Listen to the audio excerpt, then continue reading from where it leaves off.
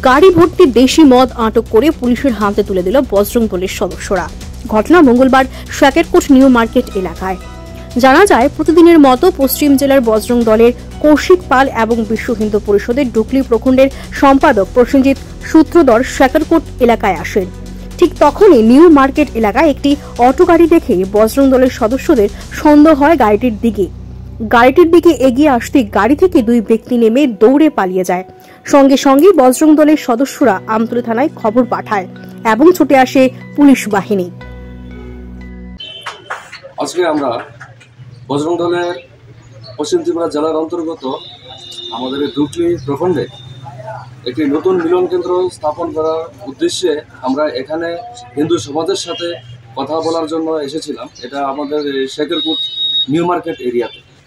তো এখানে আমাদের শাকেরকোট নিউ মার্কেটে আমাদের গাড়ি পার্কিং করার সময় একটি অটো গাড়ি দেখলাম, সেটি সন্ধিয়ান অবস্থায় রয়েছে। তো সেখানে আমরা গাড়ি পার্কিং করার সময় যখন সামনের দিকে এগোলাম, তখন গাড়ি থেকে দুইজন ব্যক্তি, হয়তো গাড়ির ড্রাইভার হতে পারে বা অন্য কেউ হতে পারে, গাড়ি থেকে হঠাৎ করে নেমে পালিয়ে গেল। তখন আমাদের একটি সন্দেহ হলো যে এখানে একটি হয়তোবা অবৈধ কোনো কিছু কার্যকলাপ চলছিল। তো সেহেতু আমরা আমাদের যে লোকাল থানা আমতলী থানাতে যোগাযোগ করি। তো আমতলী থানার পুলিশ প্রশাসন সর্বতোভাবে সহযোগিতা করার মাধ্যমে এখানে এসে দ্রুত গতিতে উপস্থিত হয় এবং উপস্থিত হয়ে ওই গাড়িটিকে জব্দ করে এবং গাড়িতে ওনারা অবৈধ কিছু নেশা জাতীয় দ্রব্য উদ্ধার করে এবং গাড়িটিকে থানায় উদ্ধার করে নিয়ে যায়।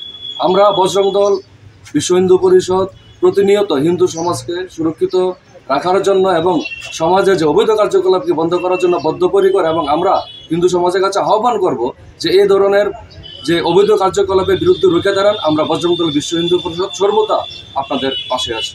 জয় শ্রী। কি নাম আপনার? আমার নাম কৌশিক পাল, আমি বজরং দল পশ্চিম ত্রিপুরা জেলা সংযোজক।